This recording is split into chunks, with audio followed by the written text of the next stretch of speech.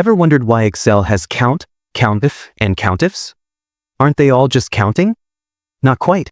Stick with me because once you learn the difference, you'll save hours analyzing your data. Okay, let's jump right in.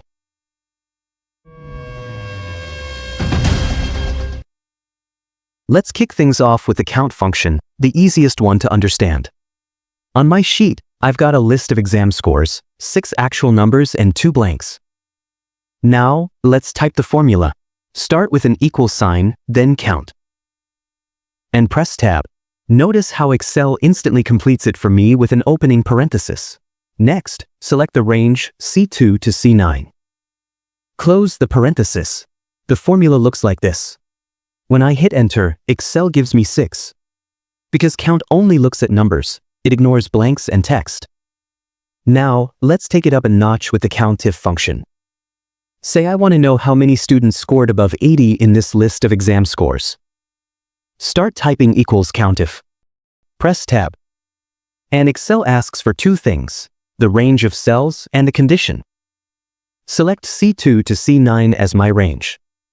Then type the condition inside quotes, greater than 80. Close the formula.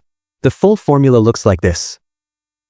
When I hit Enter, the result is 3, because 85, 90, and 92 are all greater than 80.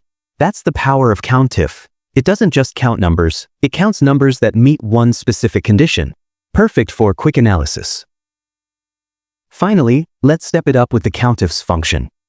Now, let's say I want to count how many students scored above 80 in math only. This is where COUNTIFS shines. Type equals COUNTIFS.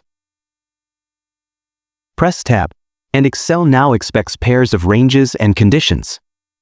First, select the score range C2 to C9 with the condition greater than 80. Then add the subject range B2 to B9 with the condition math. The full formula looks like this. When I press Enter, the result is 3, because 3 math students scored above 80. It checks multiple conditions across multiple ranges, making it a perfect tool for deeper analysis. You're not limited to numbers. COUNTIF and COUNTIFs also work with text. For example, type this formula.